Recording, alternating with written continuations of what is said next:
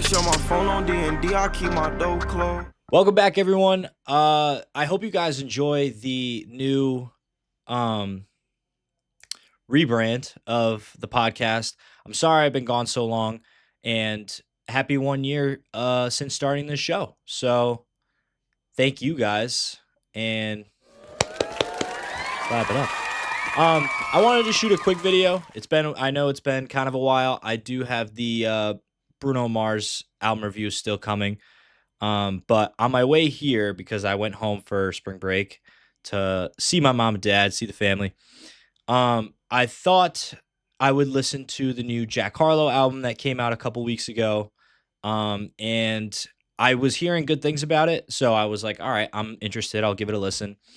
And to my surprise, I was actually disappointed on this. I know I'm probably going to be a part of a minority here because I've heard a lot of good things about this album. But me personally, I'm going to keep this quick and just straight up say that I was not a huge fan of Monica by Jack Harlow. Obviously, I'll give a review at the end, so stay tuned for that. But I just want to give a couple quick thoughts because, I had the time to, listen to it, and I listened to it fully.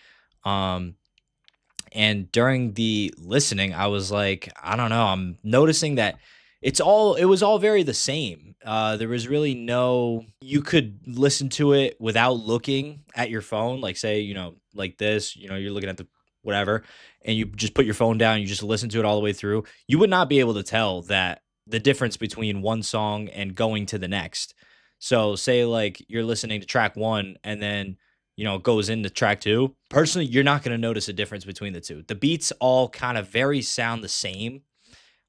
His flows all sound the same. His like tone all sounds the same. It's all this really low, kind of like very low energy.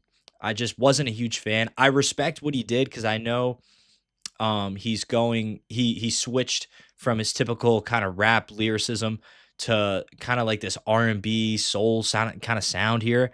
And while I respect it, I do prefer like his rapping. And I know he hasn't had a lot of commercial success with his rap, but there has been some, diamonds in the rough with his single back in 2024, Tranquility.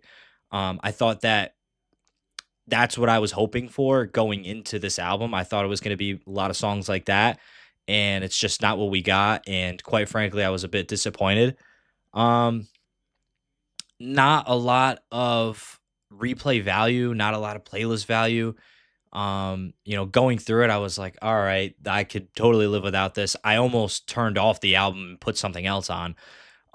But I have kind of like this philosophy to kind of stay through and listen to the whole thing, see it for how it is. And I'm glad I did because, it wasn't all mid. I won't say bad. It wasn't all mid because the last song, I believe. Okay. But yeah, the last track, track 9, Say Hello. I did enjoy that one. Do I see it added to my playlist? Maybe. When I drive back home, maybe I'll throw it back on just to see if if I'm really feeling it. But as far as like the rest of the album, it was like the only one that I was like, okay, it's not that bad. I enjoyed the beat. One thing I was thinking to myself while listening to this, I was like, these are all like the beats all sound like those copyright free, like copyright safe songs that you could like put in the background of YouTube videos. Like that's what the beat sounded like. Those like those like free beats that like you look up, like say you go on YouTube, you just look up chill lo-fi beat. That's literally the beats that Jack Harlow used on this album. And his flows were very lazy. His sound was very lazy. I did enjoy the feature he had, I believe, on track 4. I will put it up here because I don't remember the name. But it was good. I did enjoy the feature on that, because he actually was singing. He was like, doing what he was meant to do.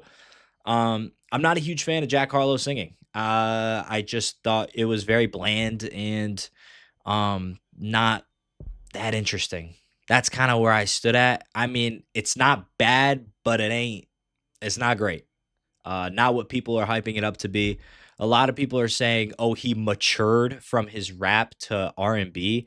I find that term matured in music very like I don't know. I find that immature in a way because people only talk about artists maturing when they're going from rap and hip hop to literally anything else.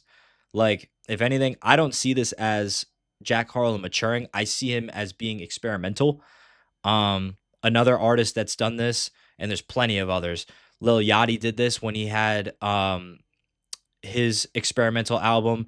Um, Drake has obviously had experimental albums, obviously with Honestly Nevermind being an all dance album, which Drake was able to be commercially successful. It does work in some senses. In others, like this, it's just like kind of, if it's not broke, don't fix it, which in Jack Harlow's case, he hasn't had too much commercial success other than like, singles or um features or songs that it just like a couple here and there rather than, you got people like Drake who's had full albums on like dominating the charts or J. Cole who had the fall off, I know do very well successfully like multiple songs on the album. And I just find that Jack Harlow has found himself trying to experiment since he's not super commercially successful, but I think if he just sticks with his sound, he's got a good loyal fan base and I think that, just stick with that, cuz there's people out there that appreciate even if you're not like a diehard Jack Harlow fan like myself. I'm not a diehard fan, but I'm a big fan of what he is capable of and what he can do, for example, Tranquility back in 2024. And there's definitely sleepers that I'm unaware of that if I go back, I'm sure, I'll enjoy. I mean, of course, it's my opinion. So you guys take it with a grain of salt, as I always say. And of course, you guys probably enjoyed it, or maybe you're just like me. He should have stuck with the rap here.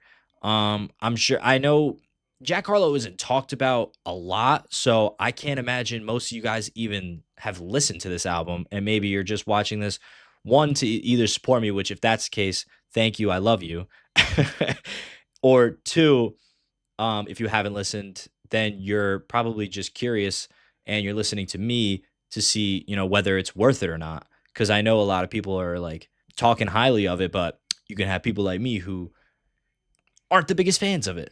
And yeah, I think I don't have much more to say about it other than, I just think that Jack Harlow, again, and I will heavily emphasize this, I respect him for, being experimental. You could choose the, chill kind of beats, but rap on them. Don't bring in this like monotone, lazy kind of singing because it just wasn't it for me. But it could be it for you. So if that is, I mean, if you did listen to it and you enjoyed it, so be it. That is your opinion, and I respect it. And you can say what you want, but this is just my opinion. And I did want to get a little extra for you guys out there because it's been kind of a while, and I definitely wanted to get at least one video out. And if I can hopefully edit my Bruno Mars album review and this one, I will drop them both at the same time to kind of, give you guys a little something extra. But yeah, without further ado, we will get to the my rating of Monica by Jack Harlow.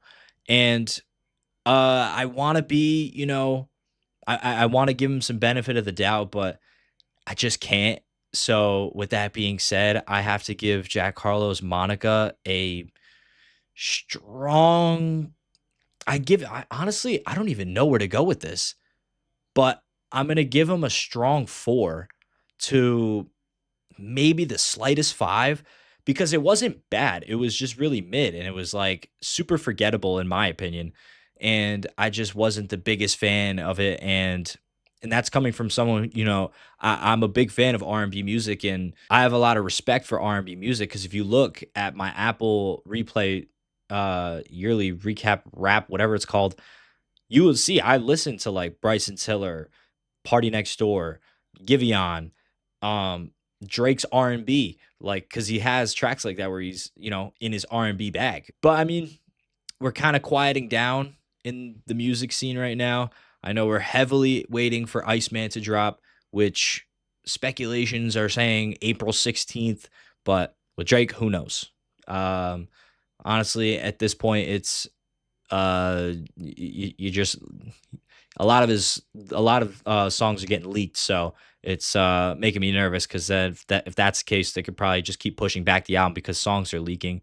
That's neither here nor there. I'm gonna shut up. I'm really sorry that I was gone for so long, but glad to be back. Hope you guys are doing great. Hope you guys enjoyed the video. And I hope you guys enjoyed the rebrand because it's been a year and I thought I'd switch it up a little bit and go with a logo that was um more fitting. I don't know. I wasn't a huge fan of the old logo after a while. I thought I definitely could have done better. And once I came up with the one that, you see here on the channel, the Instagram, the TikTok, I think it was very overdue. Once I came up with that logo, it was just a matter of time. And I noticed that, we were getting to the 1 year anniversary of me starting this channel. So I was like, what better time than to do that as like a thank you to you guys, as like a little rebrand to kind of start fresh, but not really. I don't know. We'll see how it goes. That's going to do it for this week's episode. I hope you guys enjoyed, and we'll see you next time. Stay safe, be good. I love y'all.